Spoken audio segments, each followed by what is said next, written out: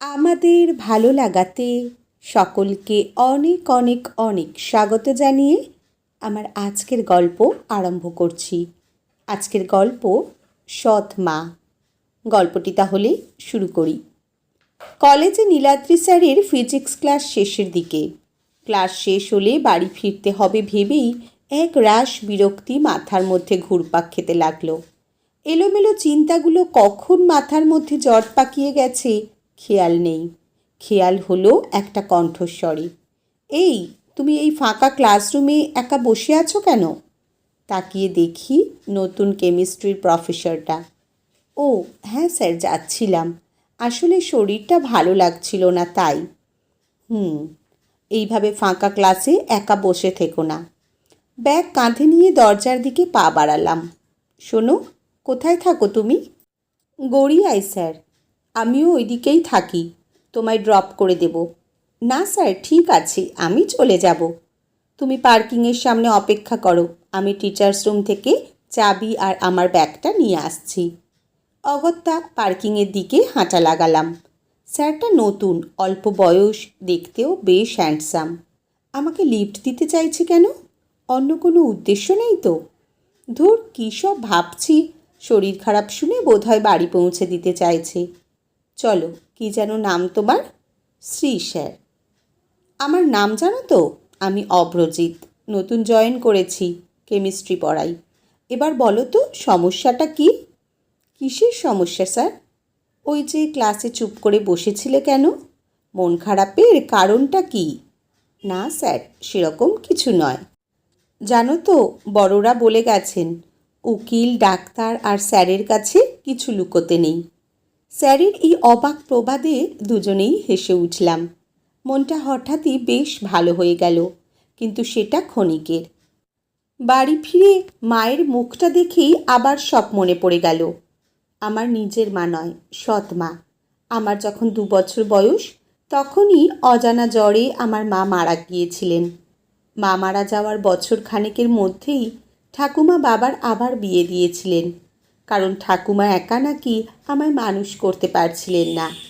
কিন্তু বিয়ে দেওয়ার পরই তিনি বুঝেছিলেন কি ভুল করেছেন তিনি। নতুন মা সর্বদা আমায় কড়া শাসনে রাখত।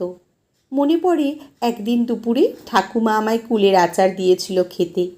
মা দেখতে পেয়ে হাত থেকে কেড়ে ডাস্টবিনে ফেলে দিয়েছিল। সেই শুরু। ঠাকুমা মাকে লুকিয়ে আমায় প্রায় এটা ওটা কিনে দিত, কিন্তু মায়ের চোখে ফাঁকি দেওয়া যেত না। শেষ পর্যন্ত সেগুলোর স্থান হতো ডাস্টবিনে। এই নিয়ে ঠাকুমা মাকে রোজ অনেক কথা শোনাতো, কিন্তু মা উত্তরে কোনো দিনও কোনো জবাব দেয়নি। মায়ের একটা অদ্ভুত ব্যক্তিত্ব আছে। ঠাকুমা, বাবা কেউই কোনো দিন সেটা ছাপিয়ে মায়ের কথার অন্যথা করতে পারতো না। পরিবারের সবার বিরুদ্ধে গিয়ে মা আমাকে বাড়ি থেকে বেশ কিছুটা দূরের একটা স্কুলে ভর্তি করেছিল। বোধহয় চেয়েছিল যতটা টাইম বাড়ির বাইরে থাকি ততই মঙ্গল। সবাই টিফিনে লুচি, পাস্তা, পেস্ট্রি, কত রকম মুখরোচক জিনিস নিয়ে আসতো। সেখানে মা বেশিরভাগ দিন আমায় রুটি তরকারি নয়তো নিজে বানিয়ে ফ্রাইড রাইস দিত। বাকিদের মতো আমার বেস্ট ফ্রেন্ড সৌমিলিও আমার টিফিন নিয়ে মজা করত। কান্না লুকোতে দৌড়ে বাথরুমে ঢুকে যেতাম। কেন মা, কেন করতে আমার সাথে এরকম? এই কলেজেও বাবা আর ঠাকুমা জোর করে ভর্তি করেছিল। মা চাইছিল আমায় অন্য কলেজে ভর্তি করতে। কলেজে ভর্তি হওয়ার পর মা অনেক দিন বাবার সাথে কথা বলেনি। আমার প্রতি এই রুক্ষ ব্যবহারের জন্যই বোধহয় ভগবান মাকে শাস্তি দিতে অন্য সন্তান দেননি। এমন অনুভূতিহীন মহিলা সন্তানের জন্য কোনোদিন বিলাপ করতেও শুনিনি। মাকে দেখলেই আমার গলার কাছে একটা তীব্র কষ্ট দলা পাকিয়ে আসতো। আমাকে তো একদিন আমার বাকি বন্ধুদের মায়ের মতো জড়িয়ে আদর করতে পারত, স্নেহমাখা হাত দিয়ে ভাত খাইয়ে দিতে পারত। কিন্তু ওই মহিলা কেমন একটা কঠিন পাথরের মতো। মানুষ যখন ভিতরে থেকে একলা হয়ে পড়ে, তখন কেউ সামান্য স্নেহ দেখলেও মানুষ তার কাছেই বারবার ছুটে যেতে চায়। আমারও তাই হাল হলো। বিভিন্ন ছুতো নাতায় কাজে অকাজে অভ্রজিৎ স্যারের সাথে দেখা করতে লাগলাম। স্যারের সহজ ব্যবহারে মনে হতো উনিও আমায় প্রশ্রয় দেন। একদিন কলেজে অভ্রজিৎ স্যারকে বললাম, আমাকে আলাদা করে যদি একটু পড়িয়ে দেন, আসলে কেমিস্ট্রিটাই এই টার্মে ভালো নম্বর হয়নি, অথচ সামনেই ফাইনাল, ভালো মার্কস না পেলে মাস্টার্সটা করা হবে না। স্যার একটু ভেবে বললেন, শুধু অসুবিধা বলেই আমায় একটু দেখিয়ে দিতে পারেন, তবে তার জন্য ছুটির দিনগুলোই ওনার বাড়ি যেতে হবে, ওনার পক্ষে আমার বাড়ি আসা সম্ভব নয়। মনে হলো হাতে চাঁদ পেলাম। কাল সারা রাত ভালো করে ঘুমাতে পারিনি, স্যারের মুখটা খালি মনে পড়ছিল। সকালে বাবাকে বললাম স্যারের বাড়িতে পড়ার কথা। মা শুনেই বলল বাবা সাথে যাবে, একা মেয়ে অচেনা লোকের বাড়িতে যাবে না। মহিলা আমার কোনো খুশি সহ্য করতে পারে না। আমার সব বন্ধুরা একা একা পড়তে যায়, কই তাদের মারা তো তাদের ওপর পাহারা বসায় না। যাই হোক, একরাশ ভালো লাগা আর সাথে বাবা থাকাতে একটু না ভালো লাগাকে সাথে নিয়ে স্যারের বাড়ির কলিং বেল বাজালাম। একজন মহিলা দরজা খুলল দেখে মনে হলো বাড়ির পরিচারিকা। স্যারের কথা জিজ্ঞাসা করার আগেই আওয়াজ পেলাম একটা বাচ্চার, এই ঘোড়া, হ্যাট হ্যাট। ক্ষণিকের মধ্যেই ঘোড়া এবং তার শহরের দেখা পেলাম। স্যারের পিঠে একটি বছর তিনেকের বাচ্চা। আমাদের দেখে বাচ্চাটাকে পিঠ থেকে নামিয়ে গেটের সামনে এলেন। বাচ্চাটাও পিছন পিছন এসে দাঁড়ালো। স্যার আমাদের অভ্যর্থনা করে ঘরের ভিতর নিয়ে গেলেন। বাবার সাথে আলাপ পরিচয় পর্বের মাঝেই আমি জিজ্ঞেস করলাম, এই বাচ্চাটা কে স্যার? ওর নাম মন্ডা, ভালো নাম অর্কজিৎ, আমার ছেলে। কেউ যেন আমার মুখে এক বালতি কালি ঢেলে দিল। মনে হচ্ছিল ছুটে বাইরে বেরিয়ে যায় ঘর থেকে। অনেক কষ্টে কান্না চেপে বসে রইলাম। বাবা হঠাৎ জিজ্ঞেস করলেন, আপনার মিসেসকে দেখতে পাচ্ছি না তো? মন্ডার জন্মের সময় অতিরিক্ত রক্তক্ষরণের ফলে শ্রাবণী আমাদের ছেড়ে চলে গিয়েছিল। কথাটা বলেই চুপ করে গেলেন স্যার। বাবাও আর কথা বাড়ালেন না। জানি না কেন এই খবরটা পেয়ে আমার মনে দুঃখের বদলে একটু খুশির ভাব দেখা দিল। আমি কি খুব স্বার্থপর হয়ে যাচ্ছি? সেই শুরু স্যারের বাড়ি যাতায়াত। নিজের অজান্তেই কখন জানি না স্যারের বাড়িটা আমার দ্বিতীয় বাড়ি হয়ে গিয়েছিল। মন্ডার সঙ্গে এখন আমার দারুণ ভাব। মনে মনে আমি এখন নিজেকে ওর মা ভাবতে শুরু করেছি। শপিং করতে গেলে আমি এখন নিজের জিনিস আগে না কিনে ওর জন্য জিনিস কিনি। এখন আর আগের মতো দুঃখ পাই না, রাগ হয় না। সব কিছুই যেন আশেপাশে রঙিন, সুন্দর। কাল আমাদের ফাইনাল পরীক্ষা শেষ হয়েছে। মাঝে কয়েকদিন মন্ডার সঙ্গে দেখা হয়নি, তাই আজ সকালবেলায় তাড়াতাড়ি রেডি হয়ে সারাটা দিন মন্ডার সঙ্গে কাটাবো বলে বেরোতে যাচ্ছিলাম। এমন সময় মা বলল, ভিতরের ঘরে এসো, কথা আছে। ঘরে গিয়ে দেখি সেখানে বাবা আর ঠাকুমা দুজনেই আগে থেকে বসে আছে। মা ওদের সামনেই আমাকে জিজ্ঞেস করলো, কোথায় যাচ্ছিলে? বললাম, স্যারের বাড়ি। মা বলল, কেন? পরীক্ষা তো শেষ হয়ে গেছে, তাহলে স্যারের বাড়ি কেন? আমি বললাম, এমনি মন্ডার সঙ্গে দেখা করতে। মা বলল, আজকের পর আর স্যারের বাড়ি যাওয়ার দরকার নেই। ভালোবাসার মানুষকে হারিয়ে ফেলার ভয়ে আর মায়ের প্রতি তীব্র ঘৃণায় এই প্রথমবার চিৎকার করে বললাম, তোমার কথা শুনবো না। আমি স্যারকে ভালোবাসি এবং আমি ওনার বাড়ি যাবই। বাবা আর ঠাকুমা আমার এই রূপ দেখে থতমত খেয়ে গিয়েছিল। মা আর একটাও কথা না বলে রান্নাঘরে চলে গেল। কেন জানি না আমি নিজে এই সব কিছু স্যারকে বলতে পারলাম না। মনে আছে সেদিন পয়লা বৈশাখ ছিল। মা বাবা স্যারের বাড়ি গিয়েছিল স্যারের সঙ্গে দেখা করতে। এক রাশ উৎকণ্ঠা নিয়ে বাড়িতে বসেছিলাম আমি। বাড়ি ফিরে মা সোজা নিজের ঘরে চলে গেল। বাবা আমার পাশে এসে বসল।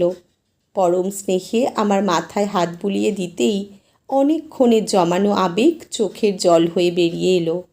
বাবার বুকে মাথা রেখে ফুঁপিয়ে কেঁদে উঠলাম। আর কিছুদিন পর তো আমাদের ছেড়ে চলেই যাবি, যে কটা দিন আছিস আনন্দে থাক মা। স্যার, স্যার কি তবে? কথাটা শেষ করতে পারলাম না। হ্যাঁ রে মা, অভ্রজিৎ রাজি হয়েছে। সামনের অগ্রহায়ণে একটা দিন ঠিক করার কথা আছে। আর বেশি দিন হাতে নেই, তারপর তুই পর হয়ে যাবি। বাবার বুক থেকে মাথা তুলে দেখি সামনে মা দাঁড়িয়ে আছে, হাতে একটা বাক্স, চোখে জল। বাক্স থেকে অনেকগুলো গয়না বার করে আমাকে বলল, এগুলো একটু পরে দেখাও। কেন জানি না আরও বেশি করে কান্না পেল। এই প্রথম মা আমাকে জড়িয়ে ধরল। বিয়ে হয়ে যাচ্ছে বলেও কিন্তু পড়াশোনাটা ছেড়ো না, মাস্টার্সটা কমপ্লিট করো। মেয়েদের নিজের পায়ে দাঁড়ানোটা সব থেকে আগে জরুরি। মাথা নেড়ে সায় দিলাম মায়ের কথায়। বিয়ের পর নববধূর সাজে এই প্রথম পা রাখলাম অভ্রজিতের ফ্ল্যাটে। আত্মীয় স্বজনে গমগম করছে চারদিক। নতুন জীবন, নতুন সম্পর্ক। মনটাকে অনেকক্ষণ দেখতে পাচ্ছি না। অন্য সময় আমি বাড়িতে ঢুকলেই ও দৌড়ে আমার কাছে চলে আসে, আর কিছুতেই আমাকে কাছছাড়া করে না। কিন্তু আজ কেন জানি না একবারও আমার কাছে আসেনি। দুপুরবেলায় খাওয়ার সময় ওকে দেখলাম, কোলে নিয়ে আদর করতেই দৌড়ে পালিয়ে গেল। পরদিন দুপুরবেলায় নিজের রুমে একাই ছিলাম। কিছুক্ষণ পর ভাত কাপড়ের অনুষ্ঠান শুরু হবে। হঠাৎ জল তেষ্টা পাওয়াতে ভাবলাম কিচেনে গিয়ে একটু ঠান্ডা জল খাই। কিচেনে ঢোকার আগে শুনতে পেলাম কয়েকজন মহিলা বলাবলি করছে। মন্ডার এবার কী হবে কে জানে। সৎমা নিয়ে এলো অভ্রজিৎ। সৎমা কি আর ভালোবাসবে? টলতে টলতে নিজের রুমে ফিরে গেলাম। চিৎকার করে কাঁদতে ইচ্ছা করছিল। দরজার দিকে চোখ পড়তে দেখি মন্ডা উঁকি মারছে। হাতের ইশারায় কাছে ডাকলাম ওকে। গুটি গুটি পায়ে আমার কাছে এসে দাঁড়িয়ে আমায় বলল, তুমি আমার সৎমা? তুমি কি আমায় খুব মারবে? ঠাকুমার সব সময় আমায় বলতো, ওটা তোর সৎমা, ও তোকে মোটেও ভালোবাসে না। ভাত কাপড়ের অনুষ্ঠানের সময় অভ্রজিৎ হেসে হেসে সবাইকে বলতে লাগলো, আমাদের এই বিয়েটাই হতো না জানো। ওর মা শর্ত দিয়েছিলেন। যেদিন বিয়ের কথা বলতে এসেছিলেন প্রথমেই আমায় বললেন যে শ্রী নাকি ছোটোবেলা থেকেই হজমের গণ্ডগোল, তাই বেশি তেল মশলাযুক্ত খাবার, বাইরের খাবার ওর বারণ। আমি যদি হালকা খাবার খেতে রাজি থাকি তবেই নাকি ওর মা আমার সঙ্গে বিয়ের কথা ভাববেন। মা, মা গো, তোমায় বড্ড দেখতে ইচ্ছা করছে মা, একবার তোমায় জড়িয়ে ধরতে চাই। অষ্টমঙ্গলার দিন দুপুরবেলায় অভ্র আর মন্ডা ঘুমিয়ে পড়ার পর আস্তে আস্তে মায়ের ঘরে গেলাম। মাকে জড়িয়ে ধরে বললাম, কোনোদিনও বলনি কেন যে তুমি আমায় এত ভালোবাসো? মায়ের দু চোখে অঝোর ধারা। মাথায় হাত রেখে বলল, ভালোবাসা বলে বোঝানো যায় না শ্রী। লোকে বলে আমি তোমার সৎ মা। আমি সৎ নিজের সন্তানের প্রতি, আমি সৎ নিজের মমতার প্রতি। যেদিন প্রথম তোমার মা হয়েছিলাম সেদিন নিজের কাছে প্রতিজ্ঞা করেছিলাম যে আজ থেকে আমার এই একটি সন্তান, তাকে আমি জীবনের সব থেকে সেরা জিনিসগুলো দেব। তাই তো তোমায় ভর্তি করেছিলাম কলকাতার অন্যতম সেরা স্কুলে। চেয়েছিলাম কলকাতার সেরা কলেজে পড়ে তুমি মাস্টার্স করো। দুজনের চোখের জলে ভুল বোঝাবুঝিগুলো যখন ধুয়ে যাচ্ছে তখন হঠাৎ মন্ডা এসে আমায় ডাকছে, মা। মন্ডাকে বুকের মধ্যে চেপে ধরে বললাম, মা, তোমায় আজ কথা দিলাম আমিও আজ থেকে ওর সৎ মা হয়ে দেখাবো। আজকের গল্প এখানেই সমাপ্ত। কলমে সুমিতা মাহাতো দাস, পাঠে জয়তী। ধন্যবাদ।